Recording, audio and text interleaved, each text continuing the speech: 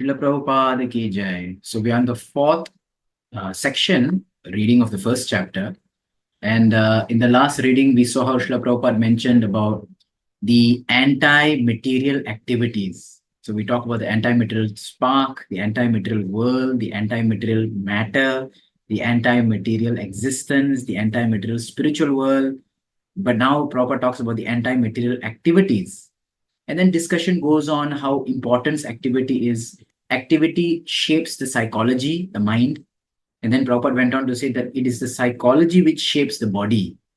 So Prabhupada did not mention it directly, but indirectly he spoke about this verse, Yam Yam Vapi Smaran Bhavam Tajanti Ante Kalebram. Whatever you remember at time of death, that body you will attain in the next life. So Prabhupada goes on to mention how, if one wants to go to the moon planet also, right? It all depends on one's consciousness, one's mentality, one's psychology that affects the body. So like this, now let's continue our reading. As far as the planetary system of the spiritual sky is concerned, there is unlimited Vaikuntha planets in the Paravyoma. Paravyoma means the spiritual sky. The Vaikunthas are spiritual planets which are manifestations of the internal potency of the Lord, and the ratio of these planets to the material planets, right? Ratio of spiritual to material, the external energy in the material sky is 3 to 1, right? So if 1/4 is material, 3/4 are spiritual. Spiritual is much larger actually in existence. So the poor materialist is busy making political adjustments on a planet which is most insignificant in God's creation. What an important line.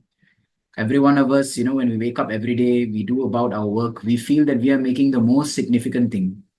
But if you look in terms of ratio, right, if you zoom out in terms of creation, our existence, our activities are so insignificant. To say nothing of this planet Earth, the whole universe with innumerable planets throughout the galaxies is comparable to a mustard seed in a bag full of mustard seeds. But the poor materialist makes plans to live comfortably here and thus waste his valuable human energy in something which is doomed to frustration. So a lot of people waste a lot of time. They go shopping, they go sightseeing, they do this and that. They spend so much time figuring out which is the best, kind of color of shoe or paint on my wall. So much time goes in all this. Instead, time should be invested in uplifting our consciousness. Instead of wasting his time in this plan-making business, he might have sought the life of plain living and high spiritual thinking, and thus save himself from perpetual materialistic unrest. Right? From eternal being unhappy materially, not satisfied, because whatever color you paint your wall, it will fade, or after a while you'll get bored of it, you want to paint it again. So what is the point of doing something again and again and again, only to do something in a different way? And so the material world is like that. Here, Krishna, Srila Prabhupada is advising us how that, we should mold our life in such a way that simple living, bare minimum, basic, what is needed. And all time should be invested in studying, in hearing, in understanding, in practicing. Just see, we are reading all these books. So much knowledge is there about spiritual life. What more than the practice? The anti-material activities, like Prabhupada says. We're going to come to that in this reading. Even if a materialist wants to enjoy developed material facilities, he can transfer himself to planets where he can experience material pleasures much more advanced than those available on planet Earth. So here Prabhupada saying, someone says, no, but I have so much desires I want to enjoy. Fine, but why settle for something so mediocre, something so low as the enjoyments in this material world? Why not go to higher planets? But the best plan is to prepare oneself to return to the spiritual sky after leaving this body. However, prepare to go back home, back to Godhead, where the eternal pleasure is there. However, if one is intent on enjoying material facilities, one can transfer himself to other planets in the material sky by utilizing yogic powers. The playful spaceships of the astronauts are but childish entertainments and have no use for this purpose. What a line. Right? People shooting space, going somewhere, and then coming back. What's the point? Right? Prabhupada says, use yoga, use mystic yoga, ashtanga yoga, and transfer yourself to that planet so that you can live there and enjoy there. Next, the ashtanga yoga system is also materialistic. What is this ashtanga yoga system? Let's look here. It is also sometimes called as the Shat Chakra Yoga, as you can see this diagram here, right? So there are some chakras in the body, 7 chakras, 6 main chakras, right? Shat means 6 actually, main chakras. So one channels the prana from the base of the spine, Mooladhara Chakra, right? To the Swadhisthana, to the Manipura, where is the navel, to the Anahata, the heart region, Vishuddha, the throat region, Agnya, which is between the eyebrows, and Sahasra, it ultimately leaves the Brahmarandra on the top. So this is the way the yogis, they want to transfer themselves, easy journey to other planets in one sense, they want to move to another planet, they do some meditation and they can get higher enjoyment, higher access to material facilities. Why settle for something so mediocre found in this world? So the Ashtanga Yoga is also materialistic. Why? In so much as it teaches one to control the movements of air within the material body. It's ultimately manipulating the material body. The spiritual spark, the soul is floating on air within the body. Right? The spiritual soul, the soul is sitting on the air within this body. So actually Bhagavatam mentions there are 10 kinds of air, 5 subtle air and 5 gross air. So one of the air is called prana vayu, different kinds of vayu that are controlling this body, moving this body. And inhalation and exhalation are the waves that are containing the soul, waves of the air which are containing. That's why they pranayama, right? We're breathing in and breathing out. These are actually what's keeping the soul afloat within this body. If there's a disturbance to this, then the soul leaves the body. Therefore, the yoga system is a materialistic art of controlling this air by transferring it from the stomach to the navel, to the chest, to the collarbone, and from there to the eyeballs, and then from there to the cerebellum, and from there to any desired planet. The velocities of air and light are taken into consideration by the material scientists, but he has no information of the velocity of the mind and intelligence. What a point, Prabhupada saying that. We think about what is the speed of light c, right? What is the speed of wind velocity v, but ultimately, what is then the speed of mind and intelligence? That we don't have a measure, although mind and intelligence is material. He has some limited experience of the velocity of the mind, because in a moment we can transfer our minds to places hundreds and thousands of miles away. Like right now, I'm sitting here closing my eyes and I'm thinking of the Eiffel Tower in France, in Paris. Immediately I am there. Mind is so powerful. Intelligence is even finer. Finer than intelligence is the soul, which is not matter like mind and intelligence, but is spirit or antimatter. The soul is hundreds and of thousands of times finer and more powerful than intelligence. So the more fine an element is, the more powerful it is.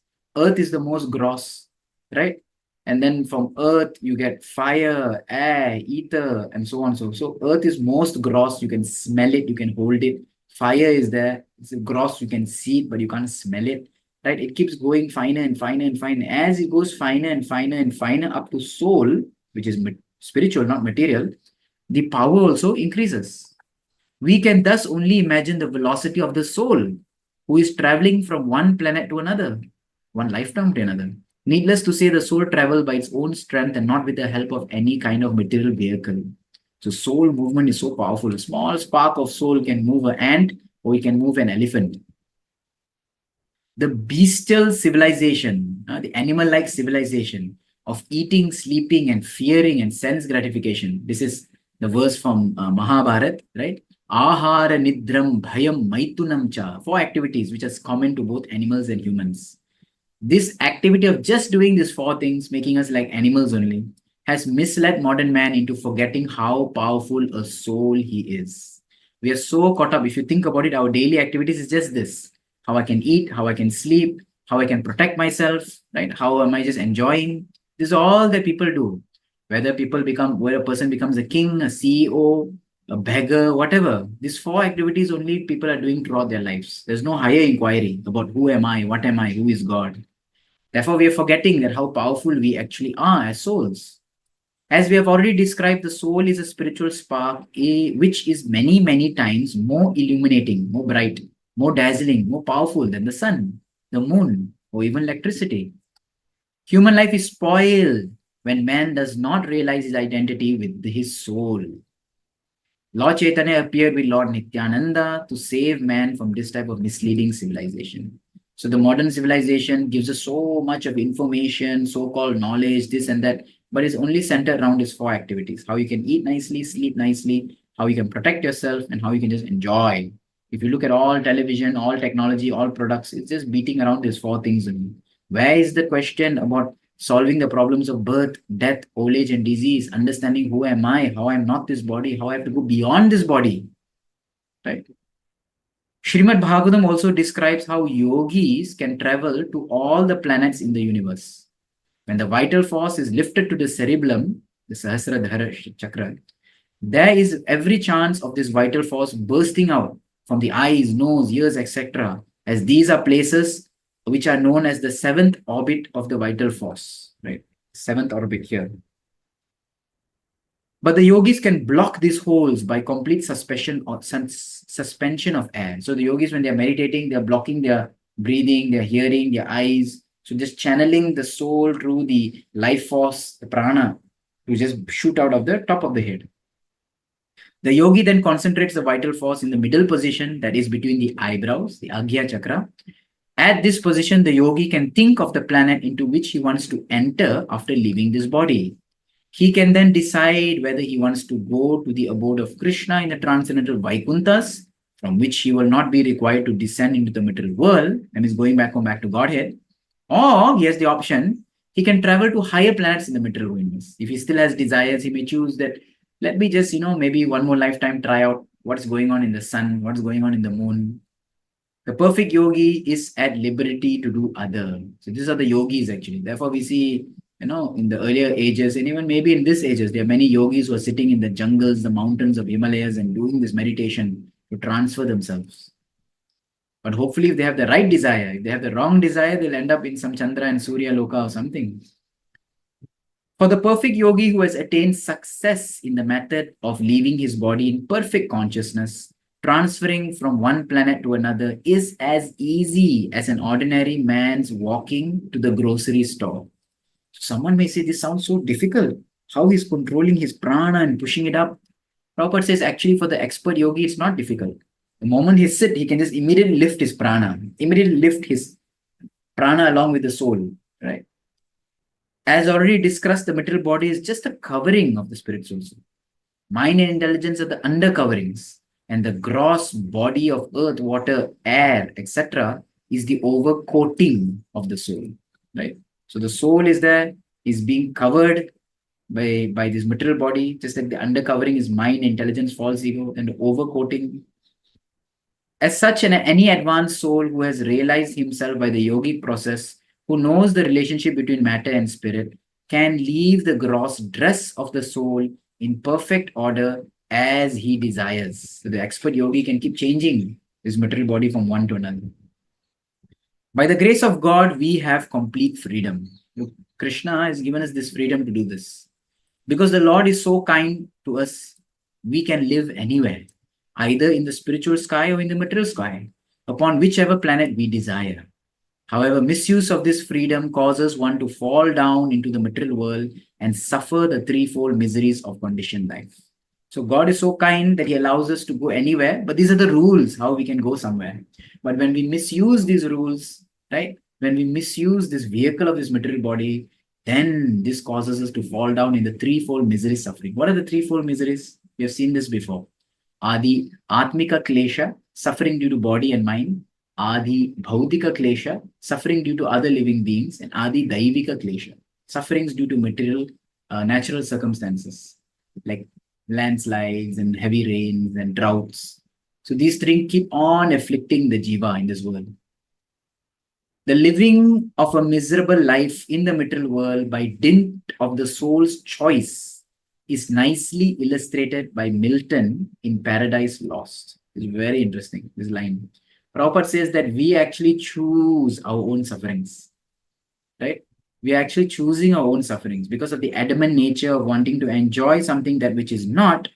We ourselves are causing our own suffering. So here is Milton, John Milton, right? Who is an author, and he has written this book, which was published in 1667, right? And then another arrangement of this book was done in 74. So here You can see here, paradise lost. It's basically based on the biblic understanding or the biblic version of Adam and Eve, right? Coming from the Garden of Eden, choosing sin over the word of God.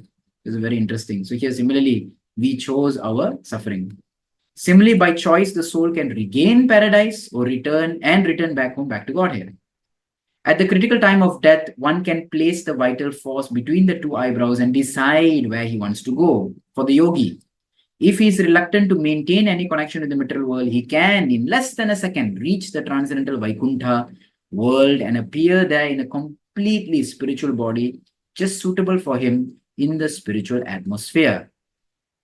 He has simply to desire to leave the material world in both finer and grosser forms, and then move the vital force to the topmost part of the skull and leave the body from the hole in the skull called the Brahmarandra. This is the highest perfection of the practice of yoga. So all facility, all choice is there. Just like, if you meet a prisoner, a criminal, and you say that you want to come out of jail, just be a good guy, just be a good person. The criminal is like, no, I want to be bad, Then if you are, then how can you come out? So similarly, all of us also, if we want to choose to abide and serve and love God, then we can come out. But if we feel, no, it's so difficult, hence Prabhupada says less than a second. Of course, Prabhupada continues to say, man is endowed with free will. And as such, if he does not want to free himself of the material world, he may enjoy the life of Brahmapad, the position of Brahma, visit Siddha Loka, the planets of material perfect beings who have full abilities to control gravity, space, time, right? He may go to any of the material planets. If the yogi is there living a pure life, he does not want to go back to Godhead. He can go to Brahma Loka, Satya Loka, see Brahma. He can go to Siddha Loka and enjoy the powers, the siddhis of controlling gravity, controlling time, bending space. To visit these higher planets in the material universe, one need not give up his mind and intelligence, but one need to give up his gross matter. So as discussed, the soul is there, the undercoating is mind, intelligence, false ego, and the overcoating is gross matter. As long as we move in this material world, the soul is always accompanied by the undercoating. Only when we go back home, back to Godhead, then the overcoating is gone, obviously, every life, and the undercoating is also gone, and only the soul goes back home, back to Godhead. Man-made satellites and mechanical space vehicles will never be able to carry human beings to the planet of outer space. So here Prabhupada is coming back to the point of discussion about space travel. How much mechanical means we do, we cannot reach these realms. Men cannot even go on their much advertised trips to the moon. This is Prabhupada talking about the moon traveling, right? This is 1960s now. For as we have already stated, the atmosphere of such higher planets is different from the atmosphere on Earth. Each and every planet has its particular atmosphere, and if one wants to travel to any particular planet within the material universe, one has to have a material body exactly adapted to the climatic conditions of the planet. For instance, if one wants to go from India to Europe, where the climatic condition is different, one has to change his dress accordingly. So similarly, if one wants to go from one planet to another, you have to change your dress. Similarly, a complete change of body is necessary if one wants to go to a transcendental planet of Vaikuntha. And therefore, when the astronaut goes into space, he wears a space suit, which is like another body.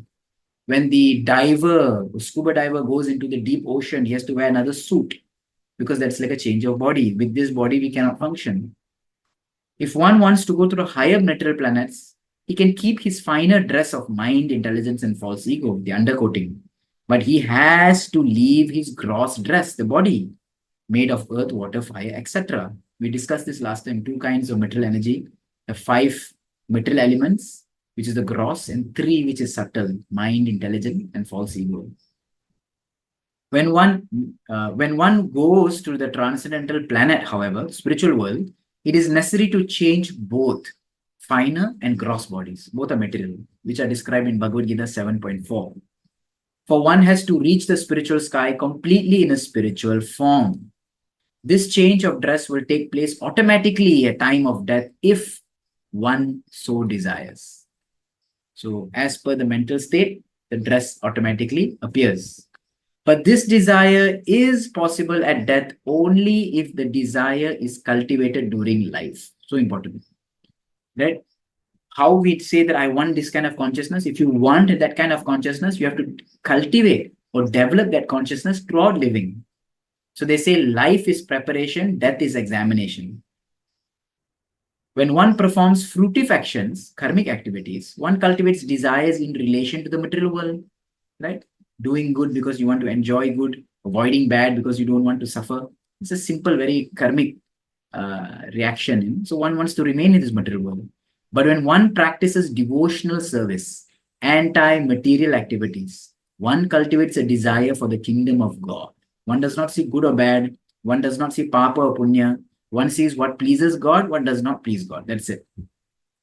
The following details outlined a general practice by which one can prepare himself for an easy journey to the Vaikuntha, anti-material planets, where life is free from birth, old age, disease, and death. So Prabhupada is now going to list the anti-material activities, which helps us to develop this consciousness to reach the anti-material world.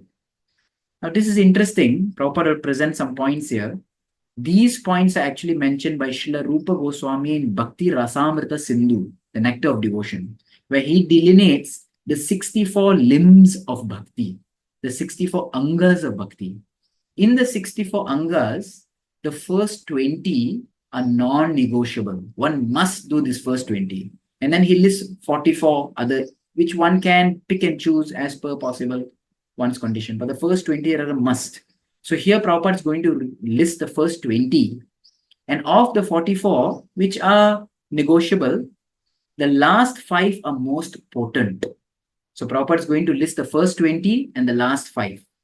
Okay, let us see now the first 20 non-negotiable positive functions, angas, the first 20 angas of bhakti. Number 1, the serious candidate must accept a bona fide spiritual master in order to be trained scientifically. Right? So the first anga is to accept a guru. Because the senses are material, it is not possible to realize the transcendence by them. Therefore, the senses have to be spiritualized by prescribed method under the direction of spiritual master. So first anga is that one should accept a guru, which is like a doctor, which helps us to come to the healthy condition so that we can appreciate food. So if someone gives you Shastra, gives you holy name, gives you spirituality, we cannot appreciate it. We need the help of devotees, we need the help of guru to bring us to a healthy state. Then we can actually enjoy food. Second anga, when the student has chosen a bona fide spiritual master, he must take proper initiation from him. This marks the spiritual training, accepting the guru formally. Right? This is calling taking diksha. Third, the guru must be, the candidate, must be prepared to satisfy the spiritual master in every way, to serve the guru. A bona fide spiritual master is he who is fully cognizant of the methods of spiritual science and learned in spiritual science scriptures such as the Bhagavad Gita, Vedanta Sutras, Srimad Bhagavatam, and the Upanishads, and who is also a realized soul who has made a tangible connection with the Supreme Lord. It is the transparent medium. So he's also, these are all the qualities of the Guru. He's also a transparent medium by which the willing candidate is led to the path of the Vaikuntha. A transparent medium means Guru does not come between us and God. But transparent medium means Guru is like the window which helps us to see. Right? You have a wall, you cannot see outside, you need a window. So Guru does not hinder, Guru does not block, Guru does not come in between, but Guru assists, facilitate. Guru is the catalyst by which our devotion towards God can manifest. The spiritual master must be satisfied in all respects because simply by his good wishes, that is the blessings of the Guru, a candidate can make wonderful progress along the path. The third point is also important. First point was to accept a Guru. Second point was to take a diksha, take initiation. Third point is serve and satisfy the spiritual master. Fourth point, the intelligent candidate now places intelligent questions to the spiritual master in order to clear his path of all uncertainty. So one must put forward questions. Okay, but how? Is it very rudely? No. The spiritual master shows the way not whimsically, but in accordance with the principles of authorities who have actually traversed the path. The names of these authorities are disclosed in the scriptures, and one has to simply follow them under the direction of the spiritual master. Who are these authorities? These are actually known as the 12 Mahajans, right, which are mentioned in Srimad Bhagavatam. All the great personalities, Lord Shiva, Shukadev Goswami, Vyasa, so on and so forth, Narada, the four Kumaras, Bali Maharaj. These are the people who know the truth. The spiritual master never deviates from the path of these authorities. Okay, asking questions. The candidate should always try to follow in the footsteps of the great sages who have practiced the method and obtained success. This should be taken as the motto of life, right? Following the Sadvarga, following how the great authorities have acted. One should not superficially imitate them, but should follow them sincerely in terms of particular time and circumstances. So there's a difference here, Prabhupada saying, do not imitate, but follow. Follow means in spirit, in understanding, but not imitate. Imitate means just copying without understanding. Sixth, the candidate must be prepared to change his habits in terms of the instructions contained in the books of authority. And for the satisfaction of the Lord, he must be prepared to sacrifice both sense gratification and sense abnegation, following the example of Arjuna. Self-abnegation means denial of self. Some people will be there, they say that, no, I don't want to talk to people. I want to be alone. I want to be quiet. But Krishna says you need to preach. Krishna says you need to connect people to devotion. So two extremes, self-gratification, where one is just full on into enjoyment, self-abnegation, where one denies everything. So those who too much enjoy, they are known as karmis, and those who just wants to deny everything, they are known as jnanis. Karmis romanticize this world, jnanis, they demonize this world. So we are neither two poles of extremity. Devotees are those, bhaktas are those who utilize this world. Right? We are not head forth into sense gratification, neither are we headstrong in denying this world. Seventh, anga, limb. The candidate should live in a spiritual atmosphere. These are all non-negotiable, very powerful things. He must be satisfied with as much wealth as is sufficient for the maintenance only. He should not try to amass more wealth than is necessary to sustain himself in a simple way. Right? So one should remain simple living. He must observe the fasting dates, such as the 11th day, Ekadasi, of the growing and waning moon, right? The both Shukla Paksha and Krishna Paksha. Ekadasi is twice a month. He must show respect to the banyan tree, the cow, learned brahmanas, and devotees, respecting all living beings, especially those who are very dear to the Lord. So these are the first stepping stones on the path of devotional service. Gradually, one has to adopt other items which are negative in character. So these are the 10 do's. Out of the 20 non-negotiables, 10 are do's and 10 are don'ts, right? These are the do's. One should do the positive affirmations. So these are the things we should do. Now, next 10, which we should avoid, right? Again, these 20 are all non-negotiable. One should avoid offenses in the discharge of devotional service and in chanting the holy name. Do not commit aparad. This pushes one backwards. He should avoid extensive association with non-devotees. Avoid those who have no devotional inclination. He must not take on unlimited disciples. This means that a candidate who has successfully followed the first 12 items can also become a spiritual master, Prabhupada is saying. Just as a student becomes a monitor in a class with a limited number of disciples. So here that one should not take too many disciples is because the sins of the disciples or taking care of the disciples, they can overburden one's own spiritual strength. One should be very real with how much spiritual capacity one has, right? So just following the first 12 items, one can become Guru. Guru means connecting others to Krishna, the window, remember that. He must not pose himself as a vastly learned man simply by quoting statements in his books. He must have solid knowledge of the necessary books without superfluous knowledge in others, right? So one should know what one's syllabus is, as many times we have discussed. A regular and successful practice of the above 14 items will enable the candidate to maintain mental equilibrium even amidst great trials of material loss and gain. So one should not become too troubled by gain or loss. In the next stage, the candidate does not become afflicted by lamentation and illusion. One should not become afflicted by lamentation or illusion also. 17. He does not deride another's mode or religion or worship. He doesn't look down on others, their mode or religion of worship. Nor does he deride the personality of Godhead or his devotees. He doesn't offend even what he's following. He becomes Udaradi, very broad-minded person. 18. He never tolerates blasphemy against the Lord of his devotees. Right? This also one should not tolerate. He should not indulge in the discussions of topics dealing with the relationship between man or woman, or should engage in useless topics concerning others' families' affairs. So he's fully absorbed in all this trivial, petty, or things which agitate. He's not involved in that. He should not inflict pain either in body or in mind, upon other living beings, whomsoever he may be. The 20th item, right? Do not cause harm to others, either physically or even mentally. One should not become cruel. Out of the above 20 items, the first 3 positive items are imperative, right? Which is approaching a guru, right? Taking diksha, accepting a guru, these things, and most essential for the serious candidate. So out of the 10, 20 we saw, the first 3 which deals with guru, they are extremely important. Now, having spoken this, there are 44 other items to be followed by the serious candidate. Again, this 44 are negotiable. But Lord Chaitanya has selected 5 as the most important. These are known as the Pancha Mukhya Anga. These were selected owing to the present conditions of civic life. So what are these 5? These are the last 5 of the 44. One should associate with devotees. If one just does this 5 also, it's very powerful enough. Okay. So one should always associate with devotees. Association with devotees is made possible by hearing them attentively. What does association mean? Prabhupada here defines association means hearing from devotees attentively, asking them relevant questions, not foolish questions, by supplying them food and accepting food from them, serving them and eating with them, and by giving them charity and accepting from whatever they have to offer. So these are actually mentioned in Nectar of Instruction, right? Upadeshamrit by Rupa Goswami. The 4 ways in which one actually exchange love. Priti Lakshanam, Dadati, Pratigrinnati, Bhungte Bojayate Chaiva.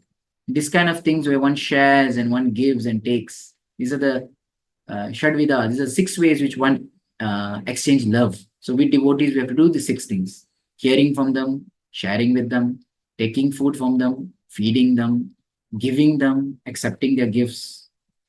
Next, Mukhya Anga. One should chant the holy name of the Lord in all circumstances. The chanting of the Lord's name is an easy and inexpensive process of realization. One can chant any of the innumerable names of Lord at any time. One should try to avoid offenses, however. There are 10 offenses which one can commit while chanting the transcendental names, and these should be avoided as far as possible. These are called the Dasha Nama Aparad, the 10 offenses to the holy name, which are listed in Padma Purana. But in any event, one should try to chant the holy names of the Lord at all times. So even chanting, one should be careful to avoid the offenses. In all our ISKCON temples, before we chant in the morning, they read these 10 offenses, right? To blaspheme the devotees, right? To consider Guru ordinary. So many things. We should avoid this thing. Then we can chant purely. So Shuddhanam. Third, Mukhya Anga. One should hear the transcendental topics enunciated in the Srimad Bhagavatam. This hearing is made possible through the platform of lectures by bona fide devotees and by authorized translations of the Bhagavatam. Okay. So Bhagavatam is very important. This is the 3rd limb. 4th limb. One should make his home at Mathura, the birthplace of Lord Krishna, or live in a holy place. Or one may make his home as good as Mathura by installing the deity of the Lord to be worshipped by all members of the family after proper initiation from the spiritual master. So 4th is Mathuravas, or staying in a holy place. One should turn one's surrounding to be like a holy place.